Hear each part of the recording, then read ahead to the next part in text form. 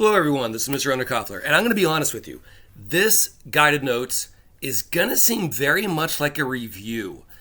Not a lot of newness to it, except I'm not giving you any graphs on this.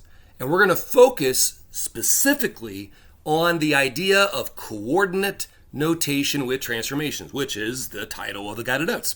So follow along with me here. Coordinate notation refers to how an ordered pair changes after a transformation has occurred. Written below is a summary of the coordinate rotation, coordinate notation for each of the four types of transformations. So, starting with translations. Coordinate notation is this right here. Let me go ahead and highlight it for you. This is the coordinate notation for a translation. So basically, what used to just be x comma y becomes x plus a and y plus b, where a, b is the coordinates of the translation. For example, if we have a translation that is 5 units to the right and 3 units down, then the translation described using coordinate notation would be x and y. We always start with x and y. Then, after the translation becomes x plus 5 and y minus 3. Now, we technically could have said y plus negative 3, because normally you think 3 units down is negative 3, but adding a negative is the same as subtracting a positive, so we're going to write it in the simpler way, and that's why it was y minus 3. All right, not that really huge of a deal. You already knew that you could take a translation and write it as an ordered pair, and then add that to the original coordinates, so not brand new. It's just that the x plus a and y plus b, that might be a little bit different from how we saw this described to us before on the original guided notes of translations. All right, let's move on to reflections. There's basically 3 types of reflections that we have looked at, reflecting across the x-axis, reflecting across the y-axis, reflecting across the diagonal line, known as y equals x. Now, there are other reflections, but these are the main 3 we're going to focus on. So, when you reflect something over the x-axis, the x stays the same, but the y will change signs. Now, that might surprise you. Maybe you thought it reflecting over the x-axis would make the x coordinate change. But let me show you why that's not the case. Here is the x-axis. When we reflect over it, the triangle is still as far to the left as it used to be. And remember, left and right is the direction of x. So the x's are staying the same. It's the y values that are changing signs. So, coordinate notation. What used to be xy is now x negative y. Now, that doesn't always mean that it becomes negative. A negative of a negative becomes positive. It just means it's changing signs. That's what negative y is referring to.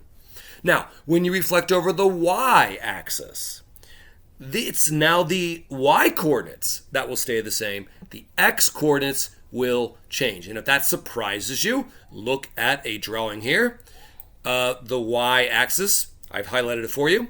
Notice the triangle is just as high as it used to be. So the y-coordinates are not changing. It's the x-coordinates that are changing signs. So back to coordinate rotation. I keep saying rotation. Coordinate notation. X comma y now becomes negative x comma y. And then I don't have an example here to show you on my screen for the diagonal line, y equals x, but we recently did this not that long ago. You can pull out the guided notes on reflecting over the line y equals x. We already talked about this. It's really simple. The coordinates just flip-flop places. So coordinate notation, x comma y becomes y comma x. Okay. Let's talk about rotation, specifically rotations about the origin. Now, this is going to be a little bit new. I don't think I ever taught you some of what you're about to see here on this page, so feel free to star this part on your notes. The 90-degree clockwise rotation. Here's what actually happens. We might have talked about this in class, but I don't think I ever had you write it down. What used to be xy, the coordinates will flip-flop, but then what used to be x will change its sign. Now, let me show you what I'm talking about here. 90-degree rotation. So here's the original ABC. It rotates 90 degrees, so now it's moving over here on the right, clockwise. And we got A prime, B prime, C prime. Let's talk about point C, just to use as an example. Notice how point C used to be 1 to the left and 4 up. That's -1, 4. But now, when I rotate it 90 degrees about the origin, clockwise, now the point C prime is 4 to the right and 1 up. So the coordinates are flip-flopping, but in addition to that, -1 is now +1. So coordinate rotation, as you saw, X will become the opposite of that, changing its sign, and the X and the Y, their coordinates will also flip-flop. Now, for the 270-degree clockwise rotation, yes, I'm skipping the 180. We'll get to that. We've already talked about that one. That's the easy one. Let's skip down to the 270 degrees clockwise rotation about the origin. That example I have for you right here. So we have ABC again. Now we're rotating it a whopping 270 degrees clockwise, which, yes, is the same as 90 degrees counterclockwise. We've talked about that before. So remember how I said point C was -1 and 4.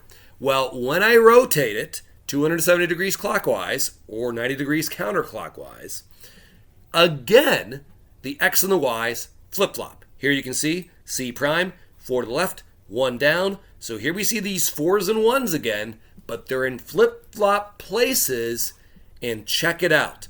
The 4 this time changes its sign. So the Y coordinate of the original now is its opposite. So you can see I have that marked for you here. Coordinate notation. What used to be XY will now be -Y, meaning the opposite of whatever Y is. If it already was negative, the opposite of it would be positive. And then the X would still be the X. Now, is this something that I personally find easy to memorize? No, I'm not going to lie to you. This one, I don't have any cool little way to help you to memorize it. I know some people that I've talked to who have learned this stuff in the past. They have memorized this, believe it or not. But good news for you. The 180-degree rotation, notice I didn't even bother putting clockwise because 180 degrees clockwise puts you the same place as 180 degrees counterclockwise. We already learned about this. It just changes both of the signs, and there is no flip-flopping with the position. So you've seen this before, but let's look at it one more time. Point C, -1, 4. When I rotate it 180 degrees, now it's 1, -4. So notice the 1 and the 4 are still at the same places. They didn't flip-flop, but they did change their signs. And that's what I'm trying to show you here in the coordinate notation. What used to be XY is now -X, -Y. And that one's easy to memorize. All right, dilations. This is probably the simplest to explain out of every single transformation we've talked about so far. Coordinate notation. What used to be XY will now be K times X and K times Y, where K is the scale factor. So yes, this means multiplication. So for example, if the scale factor is 1/2, then the dilation described using coordinate rotation, what used to be XY is now 1/2 X and 1/2 Y. This is really not new. I've taught you this before, not really new. So far the only major new thing was the 90-degree clockwise rotation and the 270-degree clockwise rotation. The coordinate notation for those two specific rotations, we haven't really had that typed up for us before on our guided notes. That's the one little piece that might be new. Okay, let's take what we've learned and apply it to 4 problems at the bottom of your page that we will do together right now. 1, 2, 3, and 4. Now, feel free to look back up at what we just talked through to help you. Okay, problem number 1. Write the coordinate notation for a translation of 4 units left and 2 units up. Now, coordinate notation always starts the same way. We always start with plain old X, Y. and then we draw an arrow pointing to the right, and then we then say what's about to happen to the x and to the y. Will they change signs? Will they flip-flop places? Well, none of those things are true with translations. Translations, you just have to add the ordered pair version of the translation to the x and to the y. So 4 units left. That's the x direction. If it's going left, then it would be negative. So that would be x plus -4, which can be written much more simply as just x minus 4. So if you were going to write x plus -4, please simplify it a little bit, make it x minus 4. And then 2 units up. Going up is positive, not negative, so that would be y plus 2. And you can see this is the same type of writing out notation that I showed you up at the top of your page with the example I had with 5 units to the right and 3 units down. Except on that one, the x was positive, 5 units to the right, going to the right is positive, so it was plus 5, and 3 units down, that was negative, so that was the minus 3. Okay, problem number 1, done. Problem number 2, triangle DEF has vertices, yada, yada, yada, yada, yada, yada. The triangle is rotated 90 degrees clockwise about the origin. Write the coordinates of triangle D prime, E prime, F prime. Okay, we do not have a graph. So we're going to have to take what we learned higher up here on the page, that with a 90-degree clockwise rotation, the coordinates will flip-flop places, and what used to be the x-coordinate will change its sign. Let's do that right now. So, -5 and 6, they're going to flip-flop places, but the x will change its sign. So let's write this down. Flip-flop the places. That's going to make it 6 and -5, but the -5 will change its sign to +5. And that's the coordinates for D prime. Let's do E prime together. Flip-flop the coordinates, but the x, what used to be the x, will change its sign. So that's now -1. And then go ahead and hit pause the video and do F prime on your own, and then hit play once you're ready to see if you got it right. Okay. Did you do it? Did you flip-flop the coordinates, but what used to be the x will change its sign? What used to be the y does not change its sign. Please do not think that the new x coordinates, which used to be the y's, please do not think they're always going to be positive. You can see here the original y coordinate of f was negative, and for f prime, it's still -2. That does not change its sign. You can see what I'm talking about here. What used to be the x changes its sign, but the y does not change its sign. Okay, so problem number 2, done. Problem number 3, write the coordinate notation for a dilation with a scale factor of 3. Well, these are pretty simple to do. The coordinate notation, you can see, and I gave you an example already here when the scale factor was 1/2. You just simply multiply it to both of those coordinates. So let's start off coordinate notation the way we always started it off. We start off by saying plain old generic x comma y. Then we draw an arrow, and then what's going to happen? The scale factor will get multiplied to both coordinates. So that's 3x and 3y. Write it down. Make sure you're putting the parentheses like we always do for ordered pairs. And problem number 4.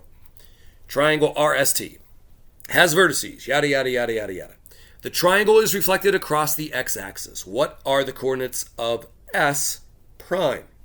Okay, reflections across the x-axis. If you don't remember how this works, you can look back above what we were talking about earlier. Reflecting across the x-axis, the x's will stay the same as they were, but the y's will change their signs. So let's go ahead and do that for problem number 4. S prime. The y will change its sign. So that's going to be -1, -3. And if that's hard to remember, you could always draw a quick sketch. Here I have more than just sketches. I actually took these examples from your textbook. But you could always draw a quick sketch and just make a point, like a B and a B prime. Sorry, that's rotations. Yeah, so the y-axis, like, put a dot over here, put a dot over here, and then ask yourself, which value is changing its sign? Is it the x or is it the y? And when you see it visually, then you'll very quickly get it right as to which one's going to change its sign. Okay, so that's a little trick you can do if you're not able to memorize what happens when you reflect over the x-axis versus when you reflect over the y-axis. Okay, now that we have done 4 problems together, let's have you do the second page of problems, which is a total of 6 problems, 5, 6, 7, 8, 9, and 10. Try these on your own. You can flip back and look at the first page whenever it's helpful to do that. So hit pause in the video, do 5, 6, 7, 8, 9, and 10 on your own, and then hit play once you're ready to see how you did. Okay, have you already done 5, 6, 7, 8, 9, and 10? If not, you better hit pause, because here I go. Problem number 5, coordinate notation. Start off with xy, and then say x plus 7, because to the right is a positive. 9 units down, going down is a negative, so that's y plus -9, which is simplified to y minus 9. Problem number 6, we have a 270-degree clockwise rotation about the origin. And if you look at your notes, the 270-degree clockwise rotation, the x and y will flip-flop places, but the y, what used to be the y, will change its sign. So let's see if you did this correctly. Oops, sorry, I went too far. So did you change the sign here, the -8, now +8, and we flip-flopped coordinates? And same thing for the m. The 2 will change its sign. And then same thing for the n to n prime. The -4 will change its sign. The -6 does not change its sign. It's the original y coordinates that will change their signs when you flip-flop for the 270-degree clockwise rotation about the origin. If you need to hit pause and fix your answers, or hit rewind of the video if you need to as well, please feel free to do those things whenever you're using a video to check your answers and hear the explanations. Problem number 7, coordinate notation. Pretty simple for a dilation. You're just multiplying the 2/3 to both the x and to the y. Not really hard for coordinate notations for dilations.